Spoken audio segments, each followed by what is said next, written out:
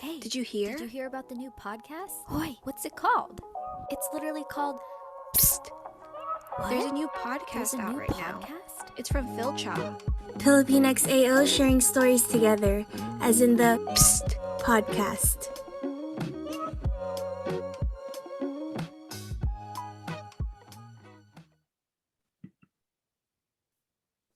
All right. Hi, everyone. My name is Arleah Aguilar, and you are watching our officially second episode of the Filipinx AO Sharing Stories Together podcast, aka the podcast, as our wonderful jingle has shown and shared with you all. I wanted to give a big shout out and thank you to Shane Esmundo for creating our jingle for us. We did not have this for our first couple episodes, so we're grateful to have this now. That was my bad. I forgot to post it and play it last time, but grateful to have it this episode. And if you'd like to see the versions with that jingle on YouTube, we'll be posting our slightly edited versions, which pretty much just include the jingle. So thank you so much for joining us on this wonderful Saturday, May 15th afternoon, if you're on the Pacific time. Today we are talking about Asian American hate crimes effects on the Filipinx AO community during COVID-19. So I would like to pass on the mic to my wonderful co-host, Joe Bernardo, who is here with us today. And he will ask a question to start off our check-in with our guest speakers, as well as we'll do a little bit of introductions to follow. Thanks, Arleah. It's been an honor, or it is an honor to be here on the podcast. What's kind of funny is that I grew up hearing sh all the time without the p, so is a little different for me. But nonetheless, I digress.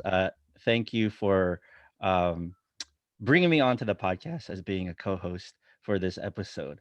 I'd like to ask our panel, including you, Arleah, um, first introduce yourself, and then kind of an intro question.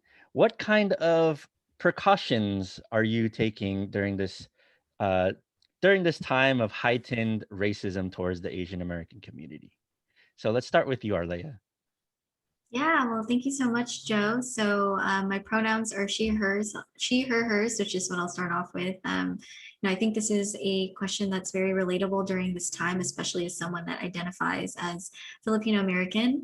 But I guess a little bit about myself first. As I mentioned in previous podcasts, I'm the newly elected secretary for the Filipinx AO Community Health Association, aka Fil-CHA, who houses the podcast.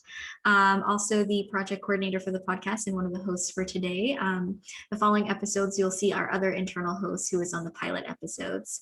But yeah, just very grateful to be a part of this opportunity and to really share stories and hear other stories of people within our community and what they're going through.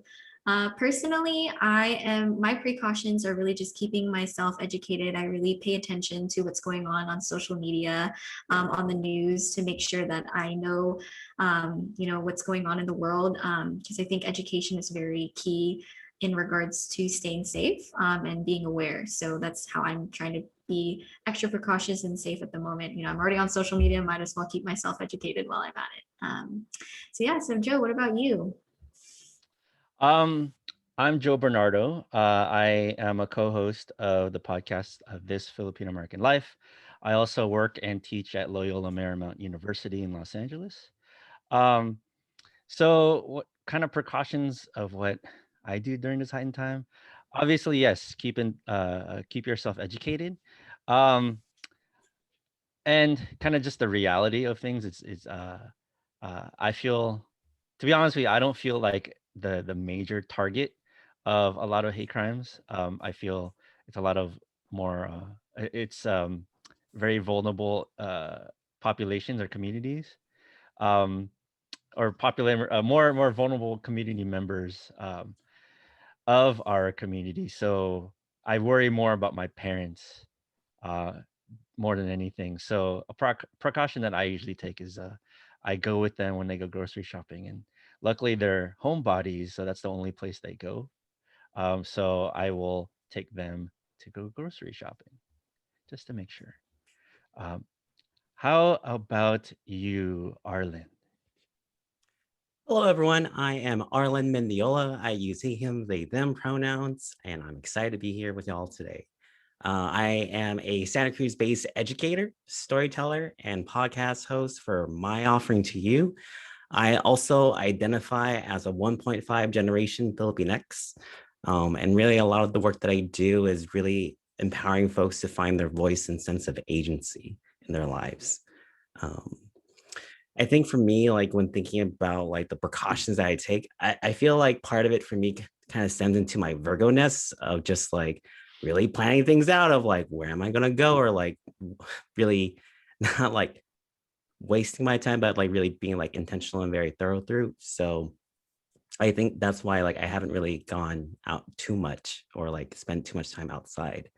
But I think also those other pieces that I tend to remind myself too is with the different things I've learned from like bystander intervention training or even like nonviolent communication tools, it's like having to go in my mind and rehearse and thinking about like even before leaving the house or like in my car and about to like go in and be like, am I ready to handle like what might come up, whether for myself or like for the folks that I see out in community. So I think there's a lot of this like mental prep before going out and venturing into the world.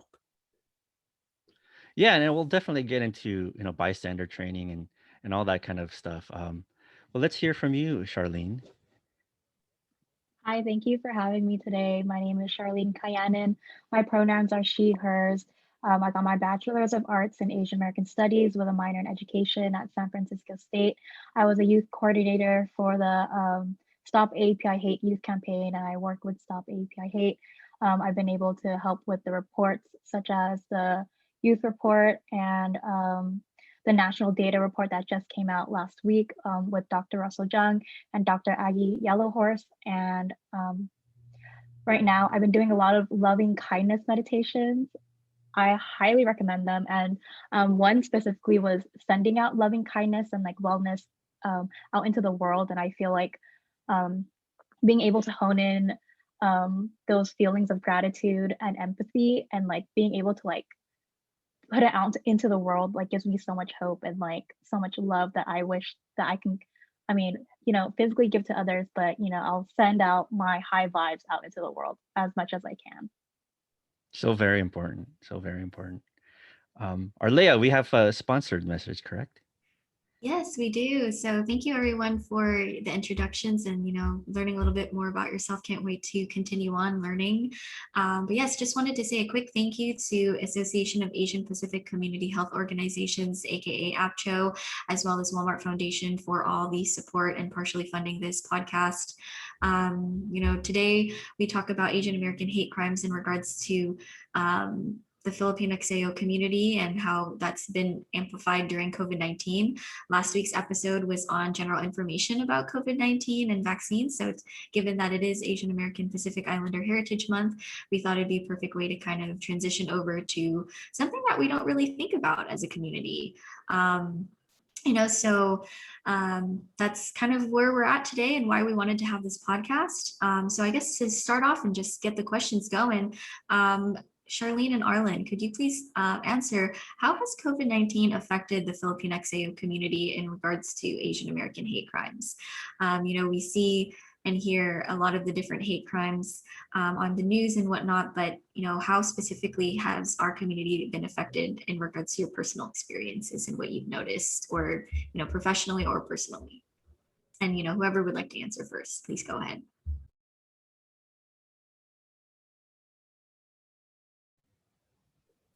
I guess I can go first. So I think with this, like, especially within the work that I do, like in education and like with the students that I get to work with, I often think about like what this whole like dynamic is right now of like still like doing remote learning and seeing like the imagery, like the videos like on their social media feeds and thinking about like, because there's this sense of like isolation, like how are we able to engage in these conversations that are coming up, of really how do we process what we're seeing and like these feelings of like, what can I do about it?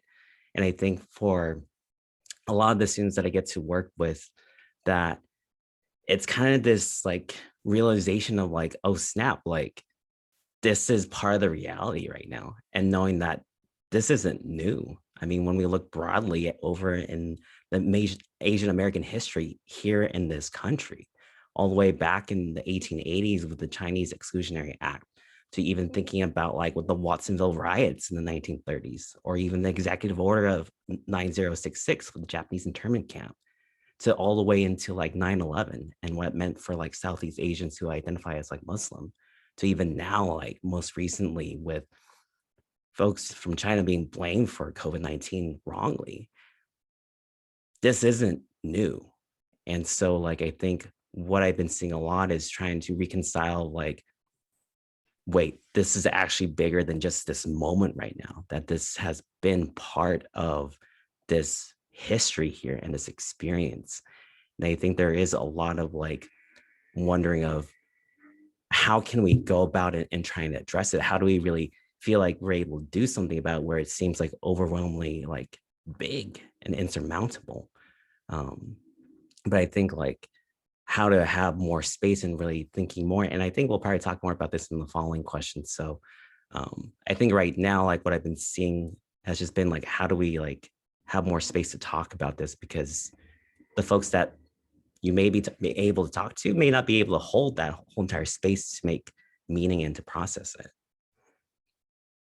Right, definitely. And, I think you make a great point that this is not something new. And in fact, it's just been heightened and highlighted, if anything, or different communities are being questioned and, for lack of a better word, attacked during this time, simply because of, I think it's not COVID, it's using it COVID as an excuse, right? It sounds like what it is. It's like, it's another community to target. Here's another thing to address. So thank you, Arlen, for, answering and sharing that. What about you, Charlene? What are your thoughts on this question?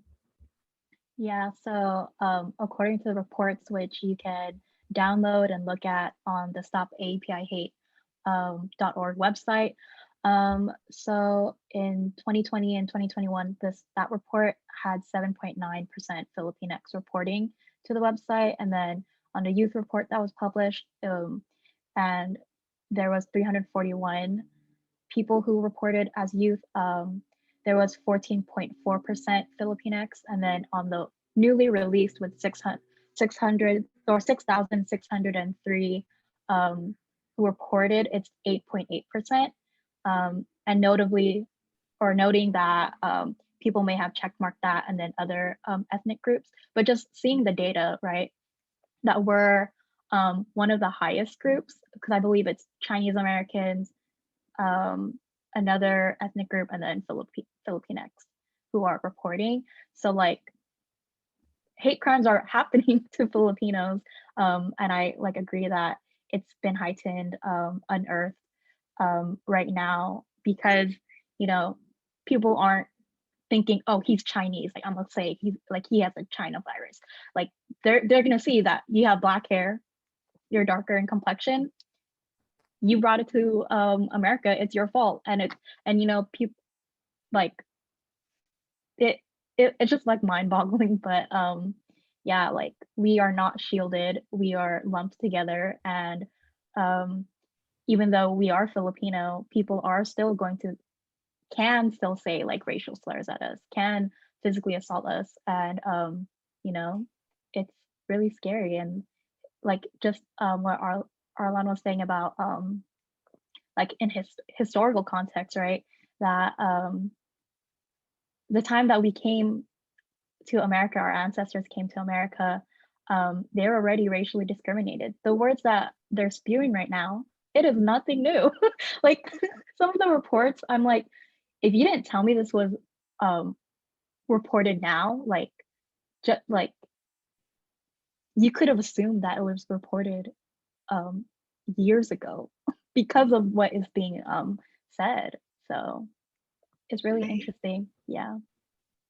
It also makes me think about like how those who are going to like enact those like hate crimes or that violence, they're not going to be politically correct and be like, oh wait, what ethnicity are you? So that way I make sure that I use the right label. Like that's not going to be the case. It's like just to see the whole other, it's like I'm going to take that out onto that individual in that moment. And so I think that's why it's like it may not be as like seen or visible. It's like because we are within that umbrella term of Asian American, that I think no matter what, like this is part of that shared experience right now. Right. Yeah. Let me ask you kind of just a follow-up question. How about in kind of your personal lives, any in your networks? Has anybody, have you or anybody in your networks experienced any kind of, hate crime or even just, verbal uh, assault, anything like that in your personal networks? Yeah, with that one, like I actually went to a forum yesterday for our campus of actually talking about this topic, but more broadly within the Asian American community. And there have been like a good handful of our community members that have been experiencing that. And not just recently, but even from the onset of the pandemic itself. And so I think like, because I think a part of the dynamic that I've been seeing too, as I've been engaging in with a variety of folks, is that like, there is like a percentage of folks who are like, oh, well, like that's on social media, or like, oh, that's in the news. That can't like happen to me. But then I think like when we start thinking more intently about our community, like within about our networks, it's like, it's the whole like 6 degrees of separation. We're bound to know someone who has been impacted. And if anything, you may not have been directly impacted by them, but you're in relation to them. And if they have been impacted, so are you. Yeah. It's a very good point. They say that if everybody kind of made a list of 10 people that they knew, and then we just kept making that list and connected, we would all eventually have one person across the world that would be connected to. And so I think that's a very good point. And I thank you both for being so open and honest during this time, because as difficult as it is to have this conversation, even if we do feel so far removed, I believe all four of us are based in California. And so I'm genuinely very grateful to be living in a state that is very much very open-minded and progressive. But even then, we still see issues, and it's disheartening and hurtful and scary. But I think talking about it is one of the ways to be educated, because I think a lot of the times it's easy to detach yourselves, like what Arlan was saying. It's easy to look at the numbers and be shocked, but then think, oh, I'm not a part of those numbers, until one day you do. Unfortunately, hopefully it doesn't happen, but sometimes, it does get to that point where it doesn't, for lack of a better word, hit people until it's happening to them. And so I think the points that were made today is really of value, and really grateful to hear both your perspectives. Charlene, I don't know if you have anything to add on before we move on to the next question. Yeah. So I was a tutor with a predominantly Chinese American population, and this was before shelter in place. And I remember they would play tag with each other and just say like, "Oh, you have the coronavirus," and like they would normalize saying that, and I'm like, "No, like don't be saying this." Wow. So yeah, and like I was like, "Wow, this is." I I had to like, obviously have agency to step in and like tell them like this is not okay, and like this can happen, like they're normalizing it. And of course they're kids, right? But it's important to like intervene and like educate them and let them know like this can like hurt. And we've seen this in the older in adults that are getting hurt right now across the nation at the time. And like I ended up doing like a workshop with them to like educate them on like a little bit of Asian American history, and then like what was happening around the world with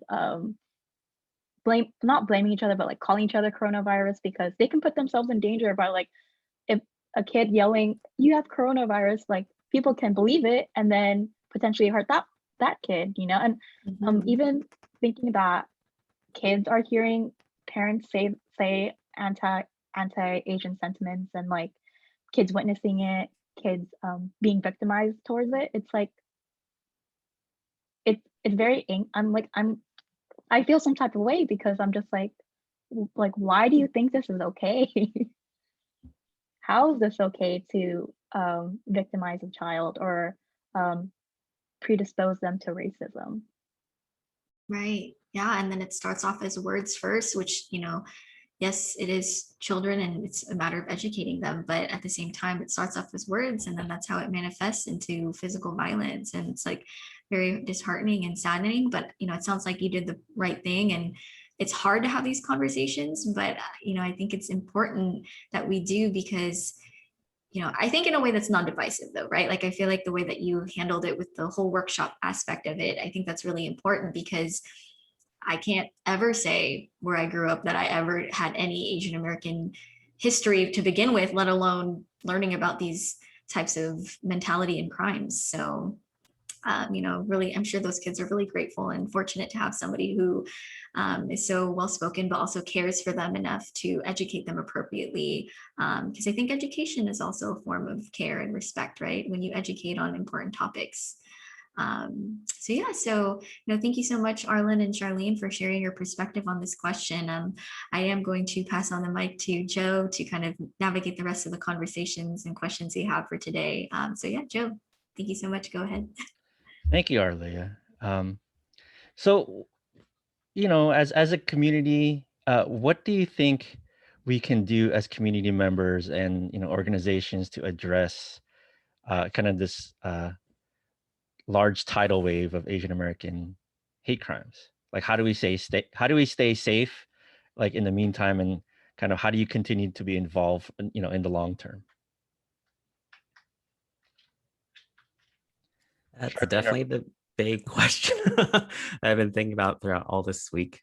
I mean, it also makes me think about what it means for us in a month right now in California, right? With the state reopening, with whatever that might mean in June 15th. And I keep thinking about that whole like perception of, oh, let's return back to normal. But then like there's been so many commentary that like normal wasn't working in the first place. And so I really think about the opportunity that's present about like, there's a lot of crises going on right now in our world, in our society. And this is one of them. And I really think about June 15th being an opportunity of like, how do we start like revolutionizing our own values and the kind of people and the kind of society that we want to be in. And I think a lot about the whole concept of a Baja Cuba, right? Of us coming together as a community and we're moving this house together in a whole new like direction, in a new place. And I really think that right now, like what this moment is calling for is like, how are we in relation to the places and people that we're living in? Like, it's not just like, oh, I live in this house and like, that's it. And I go to work here, but it's like, what is my relationship to the people, to the community, to the land, to my neighbors, to our local officials, to our city governments? Like, I think with the challenges that are presented today, it's not just on you or me, it's on all of us. But then I think with this right now, and I know this because I'm thinking of a way like as an organizer, it's like, it's going to take us a collective effort. And I really think about like this other idea from indigenous cultures about the whole idea of 7 generations of like, how do I work in service right now to help create a future that 7 generations down the line, they're able to experience the kind of like society and reality that I've been fighting for. And I think that's been a helpful way in approaching this situation where it might feel overwhelming of like, I don't know if what I'm doing is going to make a difference. But I think in thinking about and acting as a collective and deepening our relationships and in service of for our future descendants, having that like perspective can help bring more clarity of what we can do in this moment. Yeah, I mean that's so important, Arlen. Bringing up the concept of um, you said bayanihan, and kapwa and all that stuff. Like thinking more as a collective, as opposed to our individual Western lives that we live in currently, and just thinking about like what separates us so much, like just like our homes, our separation from land, separation from how our food grows, and just separation from each other. It's like, yeah, we have to stop thinking that. You have to stop thinking that. Charlene, did you want to add to that? Yeah, I love that, you touched up on collectivism because we're so individualistic minded here in the United States. And one thing I would like to offer is to like listen listen and speak out and talk to your neighbors and your family members, to really get your voice out, because during this time we're very isolated, and it's so important to be advocates and to say something, so people know that this is real and this is happening, and also a form of healing because as we're isolated, you know, when we keep that in our bodies and in our hearts, like there, we need to like let it out, and we need to have these conversations, and they're hard conversations, and as Asian Americans also, we're considered as like the silent minority, and we should not be anymore. We are not. We are not the silent minority. So we definitely need to have more dialogue and conversation so people recognize like, hey, this is important to me, and it should be important to you too, because I think earlier was mentioned like we're an extension to one another. So yeah, and I also think it's important to report the crimes, and if it's okay, I'm going to go over the whole types of discrimination so everyone knows what Yes, types of please, discrimination. please. Yeah. Yeah. Yes, definitely. Yeah. So there's verbal harassment. So if someone tells you to go back to your country, they call you maybe even a dog eater, or like just say China virus, right? Or even if you can't even hear them or like understand what they're saying, but you know that they're attacking you because you're Asian, like you can report that.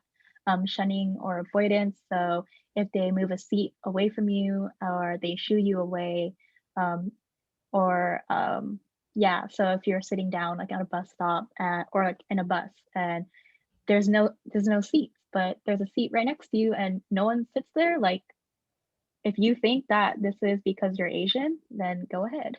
And then physical assault. So if they push you or hit you, online, if a comment is directed towards you, if you see anything that's racially motivated, videos or Snapchat stories, or if you're gaming and like even if it's a joke, like they're calling you racial slurs, like report that.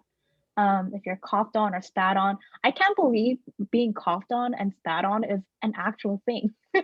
Like, why would you do that? And especially because we're in a pandemic, like, Mhm. why? Why? Yeah. So if you're coughed on or spat on, report that.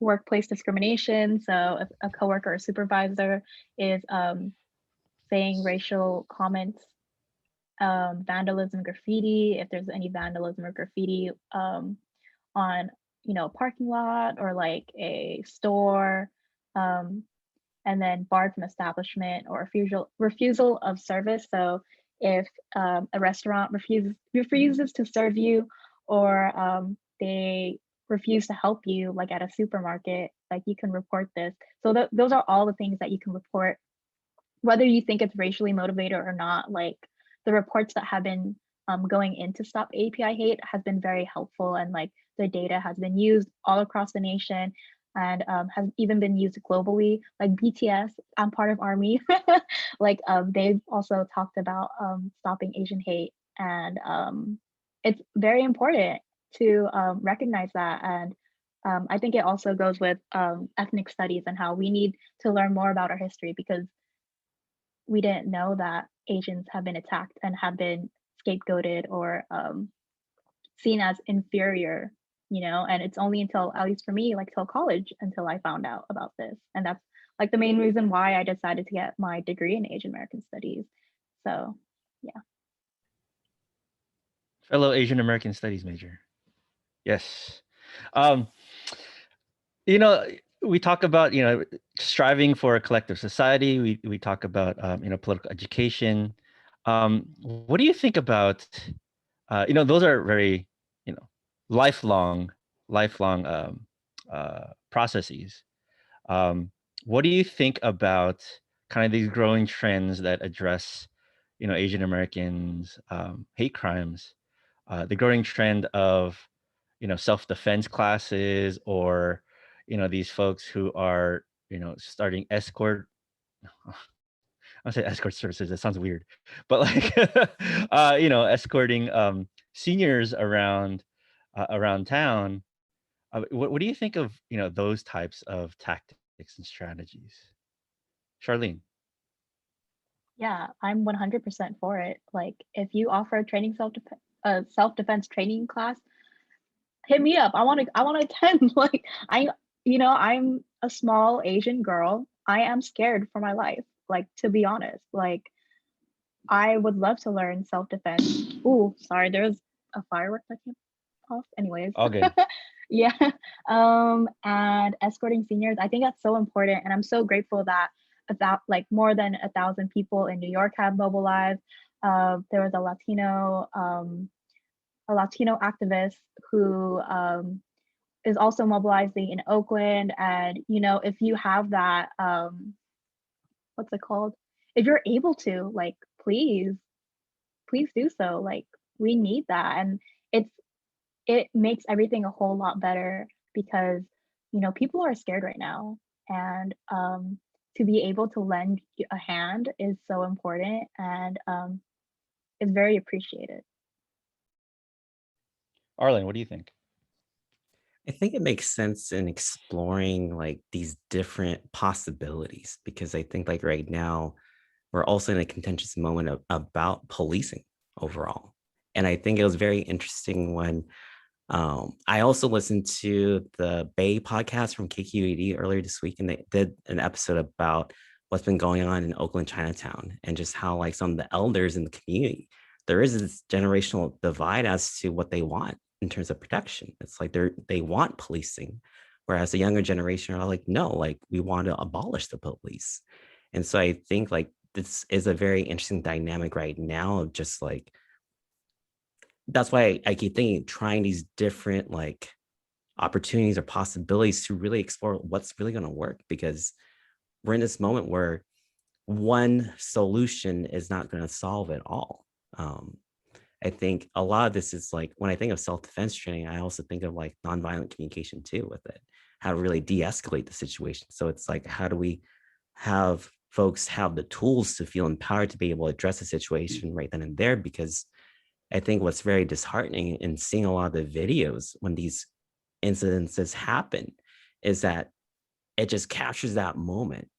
And then it comes after like, okay, we'll like try to address it and like fix it. It's like, rather than like being reactive, how is it being proactive? How are we like being able to handle it right then and there, rather than like, I gotta wait minutes for someone to come through. Right. And I was also going to ask,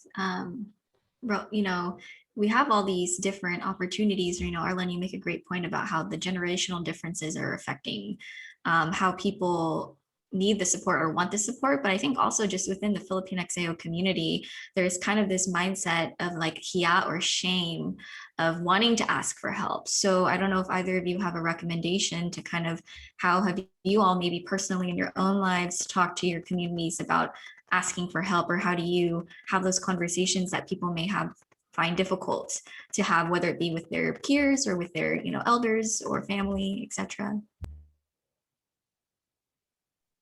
I feel like that's the story of my life, of trying to combat that by being vulnerable, like being one of the first people to like speak out in the room, because, and I think that's also part of the reason why like I started that podcast, but that's later. But it's like just the idea of like that vulnerability, giving that permission for other folks to really see it and to model it. Because again, it's like, I think some of the way that like we've been like raised and grown up, and like those values that have been instilled upon us may no longer be serving us in this moment. And so if we're trying to envision like a different way of being, we need to create space for like those examples to be shown, to really be explored. And I really think a lot about the difference between like change or like transformation. And this really comes from like Angel Coyote Williams, about like this analogy of like a caterpillar in a cocoon. Change is more so like the caterpillar is just eating and it gets bigger. Still looks the same. It's only like bigger in size. But transformation, when we think about it, that caterpillar undergoes that metamorphosis. It goes into that cocoon. It undergoes like a near-death experience in order to become a butterfly, completely different in of itself. And when I think about this moment, one of the pieces that that author like poses is that like when we're looking for that transformation, we can't imagine it right now because we're limited by what we know in this moment. We won't know that transformation until we actually experience, until we arrive. And so when I think a lot about this, it's like trying to envision what's different, what can be possible. It's really opening ourselves to being vulnerable and being like, I might have to do something completely different and do a whole new way of being that I just don't know, but it could offer a new solution to the challenges of right now. Yeah, thank you so much, Arlen. Charlene, whether it be the previous question that Joe had asked or what I had asked, anything else to add on to that? I'm not gonna lie, I don't remember the question. It was just mainly, no, I appreciate, no, honesty is great. I'm like that a lot of times too, so I appreciate it. I was just kind of at, well, previous question is what Joe had asked about, thoughts about self-defense training and the whole like helping and escorting seniors kind of opportunities. But I think you kind of already answered. Wasn't sure if you had anything to add. But the question I had asked was, we have these opportunities and resources, but given that there's a lot of hiyap mentality or shame mentality of wanting to ask for help, how have you maybe managed that in your own life, whether it be personally or with your peers and loved ones? Definitely for me, I'm grateful that, I have a lot of friends who are willing to like talk about this. My sister has always been lending me her ear, so thank you for listening to me. And and so like just I think Arlan said being vulnerable is so important to be vulnerable. It is time again to not be the silent minority and to talk about, what is important to you and to also lend that ear and like listen vulnerably and with intent. So definitely like it is now not the time to do this when you need to when your life can potentially be in danger, right? Because with the Asian hate crimes, we do not know. You can face it, and if you want to prevent it, or I mean, obviously we can't prevent everyone, but we need to start having these conversations, start being empathetic towards one another, and like hearing our stories. Because being a part of the being a youth coordinator for the campaign, we launched a stories campaign where the youth were able to talk to their family members and their friends about it, and their friends and family members who aren't Asian. And it was difficult, and it's scary, but it's very necessary, especially during this time, because it's like what a time to be alive to like speak your truth and speak out to what you believe is important. No, I think those are all important. I know also, we kind of alluded to this, but support of ethnic studies, support of all these kind of political education. Um, I know there's a budget legislation, at least for state of California. The Asian American caucus wants to allocate $200 million towards um, addressing some of the Asian American kind of hate crimes. Um, I didn't look at the bill too closely, so I'm not sure exactly where it goes to. I think, it goes to like political education, it goes to like media outreach, it goes to, um, more money for our nonprofit organizations. It does need to, I do believe it needs to go towards more towards ethnic studies. Um, but we do have a comment on the chat. We're allowed to mention this, right? Arleah? Okay, so from Lily Ann Davino, from what I am hearing, we need to engage representatives from multiple sectors: community, faith-based, legal, medical, education, and social services to come up with solutions. We can also learn a lot from organizations that have worked with domestic violence, sexual violence, trauma-informed care, for how they worked with multiple sectors and addressing similar stigmas mentioned by the panelists. So that's in kind of uh, answering your question, Arleah, about dealing with HIA.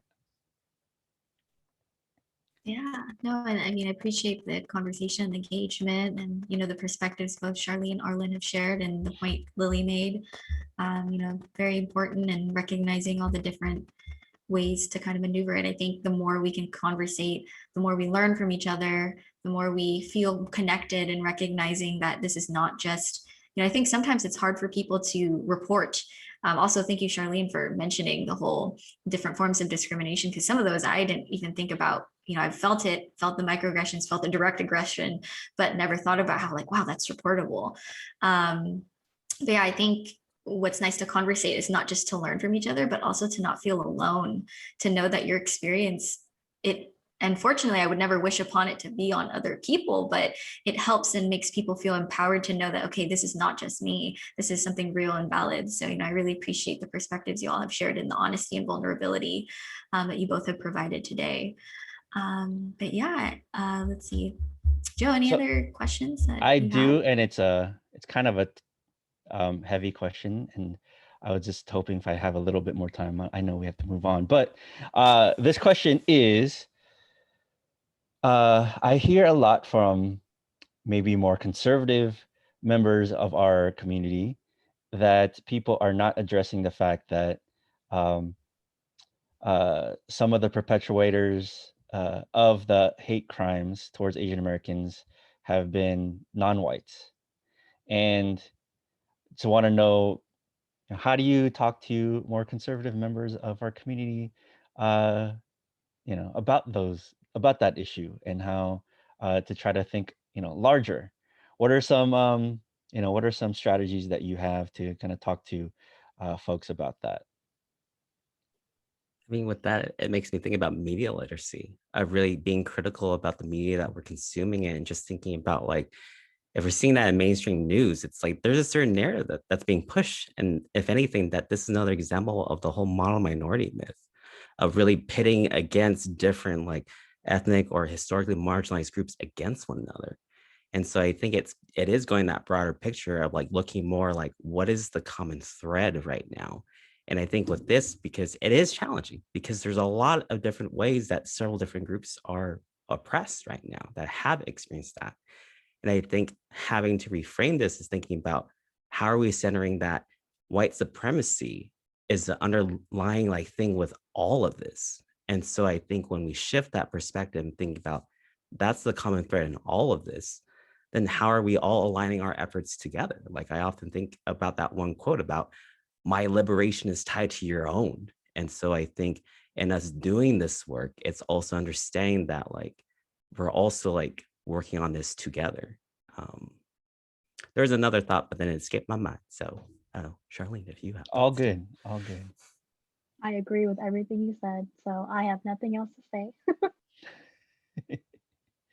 Well, we do want to move on to our other kind of question is, really, what kind of resources and funding opportunities are available for the Filipinx AO community regarding, this issue of Asian American hate crimes?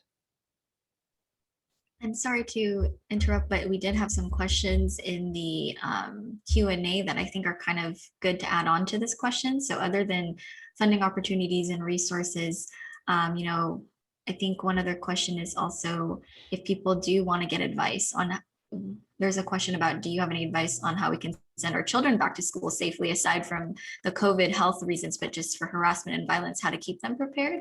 So are there resources that parents can read? As well as another question that was saying, CDC recently declared racism as a public health problem. Is there an argument the Filipinx AO and Asian American community can make to leverage this? Should we advocate for national surveillance systems of hate incidents similar to Stop AAPI Hate? Should we advocate for funding research in this area? So a kind of just a generalized question in regards to resources, funding opportunities, where to start looking, what should we do to advocate and do more to for our community. So to add on.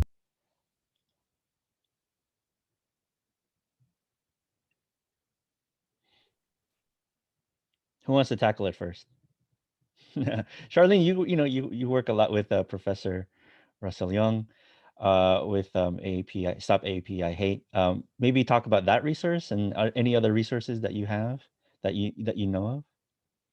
Yeah, I was gonna for sure suggest iHoloback, um, the 5 Ds that they have on their website if you want to check that out.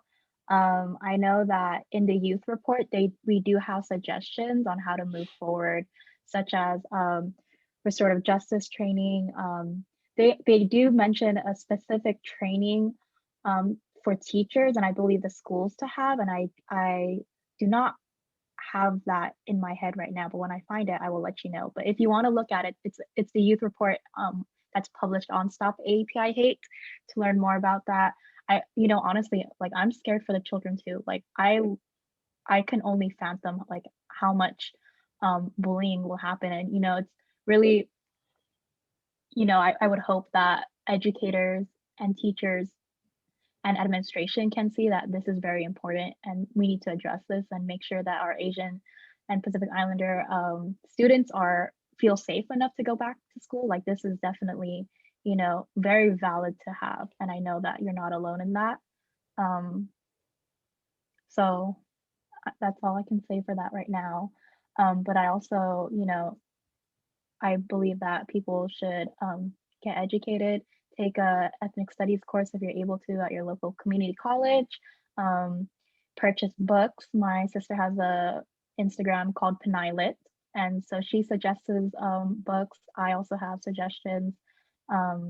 Yeah, get yourself educated. Like Little Manila is in the Heart by Don Ballin. The Making of Asian American. I have it like stacked up right here, so I'm looking at it. Making of Asian American by Erica Lee, and then Strangers from a Different Shore by Ronald Takaki. So really educating and letting the stories of Asians and Asian Americans and hearing the discrimination that they have faced from like the beginning of time. Also following Dion Lim on Instagram. She is an Asian American reporter. Stop AAPI Hate Youth Campaign. They are accepting applicants. So if you are a high schooler and you want to be a part of it, they are accepting applicants right now for their summer youth campaign. That's Stop AAPI Hate YC on Instagram, and then also follow Stop AAPI Hate on Instagram. Follow AAPI Woman Lead. And I remember there might have been a question earlier about how you can get involved if you don't really know where to start. You should for sure just Google, your city or state and like Asian American like community, or like just simply Googling something around your vicinity and seeing if anyone's mobilizing there can help, or start it yourself. Also, Pinoy Pinay Educational Partnerships has resources on COVID-19, and they also have a Tatbong Baksak toolkit that talks about anti-Blackness in the Filipino OX community. Sorry, that was a lot, but No, that's I'm sure there's too many to name. But thank you for naming a big chunk of them. Arlen. Yeah, I want to also uplift with I Holla Back because I know they're in partnership with the Asian Americans Advancing Justice and hosting their bystander intervention training. And I just saw today that they added more like dates and times. And I was like, oh, snap, I didn't miss it, because there's still there's more offerings. So that's definitely a free resource for folks to use. I think there was like one sorry, cut you off. I think there was like one webinar where there's like 1,000 people there. Oh yeah. Because I think with the rise like back in February or March, they increased capacity to hold more people. Yeah. So I think that's definitely like one to utilize, and especially to feel empowered by, because knowing that like there's hell of people like in it, and so like we're acting as a collective about this. I think that there's another organization, Asian American Federation.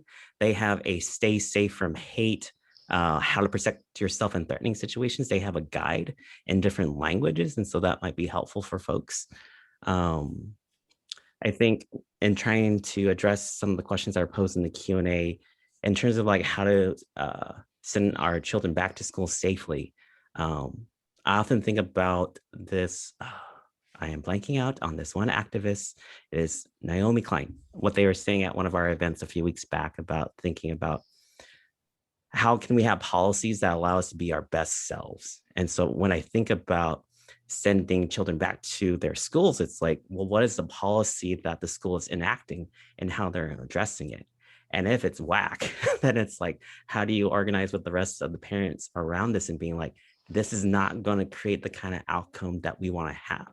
This isn't going to ensure the kind of safety that we want to have for our children. And so I think it's holding these institutions accountable of like, this is an issue. You have policy around it, but is it really going to work, especially in the times that we're in right now? I think to address the other question about the CDC recently declaring racism as a public health problem, if they are having funding with this, then I think it is exploring like what are those different projects that can like go into it. But I still am trying to make sense for me in terms of national surveillance, what that could mean, but also like the implications and the drawbacks from that. So for that one, I'm not as clear of my own personal take with it. Yeah, regarding the schools, I mean, Arlen's correct. Like, if this is the perfect opportunity to, to demand institutions to create a safer environment for, for your children, for other students. This is a perfect opportunity to advocate for ethnic studies in your school, you know. So that would be one way to kind of address the issue about, kids going back to school. Yeah, I mean, I think the points that you all have made is so valuable and a great perspective to share and know.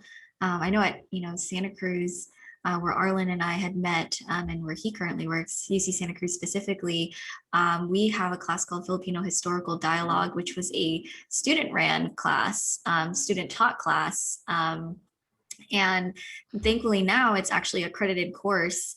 But that's where I learn a lot of my perspectives and beyond just the cultural stuff that I've learned from my family and parents, but that's where I learned the historical, literally Filipino historical dialogue, context of the Filipinos' experiences in America. And just really great that the students were able to teach that class, but also kind of saddening to know that this is not a priority that the school itself chose. And I'm not, pointing blame at UC Santa Cruz, love that school, but just a bigger thought, right? Like, these conversations have to start off with us.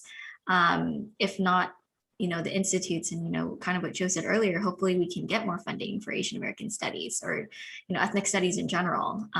So, just really wanted to say that and thank you. And, thank you to everyone that's put in the effort to make these opportunities happen, because if it wasn't for the community, who knows if if these opportunities, resources, and dialogues would exist. So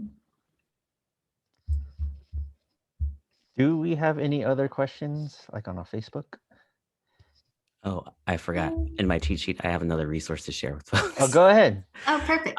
So in my research and going through Instagram and finding like who's following who, I came across the Asian Mental Health Collective. So this is a directory of Asian, Pacific Islander, and South Asian American therapists and mental health professionals in all 50 states. So I think definitely with this, it's one thing of being able to come together in community to unpack this, but there can also be ones of like individually, it's like, how do we like seek that support, let alone, I know that mental health tends to be one of the challenging topics within the Filipino community and within our households, but I think being able to utilize mental health services can be another way of making sense of everything. Great. And I don't believe we have any more comments or questions from the Facebook Facebook live stream. Yeah, well, thank you so much again, Arlen and Charlene, for taking the time to be with us, to share your perspectives and stories. It was so great to learn and hear. As I mentioned, we see the data. Actually, sometimes the data is lacking within our community to begin with, but it's nice to know that we're starting to collect that data, make it more available to the public, and not just for academics and for academia and for professionals that pay attention to that data. It's good to know that it's starting to be public and public knowledge. So thank you so much for taking the time to share that data, share and that research, share those resources, opportunities, experiences, but also just really humanizing the experience and really being, as Arlen had said, vulnerable with us today. It does really provide, comfort, at least to me, to know that other people are here with me, for me, and having you both today has been such a privilege, and really grateful to hear your stories. Before we close off our podcast, just wanted to ask Joe, is there anything else you wanted to say before we close out and say our thank yous again? No, I just want to say thank you. Thank you for inviting me here to co-host. It's been fun. It's been so insightful. Great to meet you, Charlene and Arlen. Do any of you have kind of any last things you want to say? How do folks reach you? All that jazz. Charlene. You can reach me through my sister because I'm currently not on social media. So message her on Panay Lit if you want to talk to me. Good for you for not being that abyss of social media that we all need to kind of take breaks from. Arlen. You can connect with me on LinkedIn, Arlan Mendiola, or if you want to follow along on my podcast, it's just My Offering to You, podcast where I share different stories and reflections about life to help provide insight and clarity and new possibility. Nice. When did you start that podcast? Back in April. Nice. Yes, 6 Congratulations. episodes in. Thank you. Arleah, do you have any last things to say? Yeah, well, thank you again, Joe, for taking the time to be with us today for this podcast. It's such a pleasure, always working with you all. And Arlen and Charlene, your stories are so valuable, and we're so grateful to hear your perspectives again, and sharing your insight, knowledge, and just vulnerability with us today. So as we close off this podcast, I do have a couple things I wanted to mention. Please stay tuned for the next episode of our podcast happening on Wednesday, May 26th, 7:30 p.m. We're trying to do a weekday midweek podcast because we know that some people do work weekends or take the weekends off just to, get away from online social media work, etc. So we wanted to try out a Wednesday night podcast. I will not be the internal host for that episode, which is bittersweet. I'm really grateful to be able to finally pass on the reins to another one of our internal hosts, but also really, it's sad because I've been doing these episodes since the beginning of our pilot, but you will see me at future episodes. So stay tuned, continue to be a part of our podcast. We'll have our wonderful Eddie Ghana Jr. As one of our hosts for the next episode, talking about mental health during this time and what community care and self-care looks like. So please stay tuned for that episode. Again, Wednesday, May 26, 7:30 to 8:30 p.m. Pacific time. If you could please also check out our Facebook page. We will, if you're live streaming, you know where we are, but we'll share it with the attendees. It's just Fil-CHA or Filipinx Community Health Association. You could just look up the full name. It's a page, and you could keep up to date on all the podcast information as well as other opportunities that we have. We have a website coming up soon, but for now, please like us on Facebook and follow us on Fil-CHA, that's Phil with an F, _CHA, CHA on Twitter and Instagram. And that way we can let you all know when the website's up. We'll post all our videos on there as well as information on resources. So that way everything's consolidated onto one website. And on that website, you'll see all our events that Fil-CHA does as outside of the podcast. One of them is actually coming up this Friday. We thought it'd be a perfect event to kind of de-stress and kind of talk about what mental health looks like after this podcast, especially because this was such a heavy topic, important but heavy topic.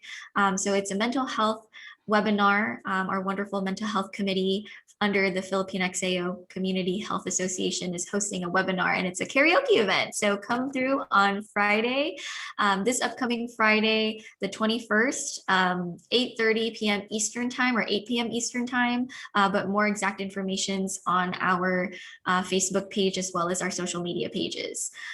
So please come through. It'd be a great way to kind of de-stress and see what mental health looks like in different forms in self-care, as well as just a really fun way for us to connect. I don't know about you all, but I love my karaoke, just as I'm sure many other Filipinos do. So please come and join us during that day. Wanted to say thank you again to AAPCHO and Walmart Foundation, as well as to Joe, Arlen, and Charlene. And we hope you have a great rest of your Saturday. Thank you, everyone. Have a great rest of your day.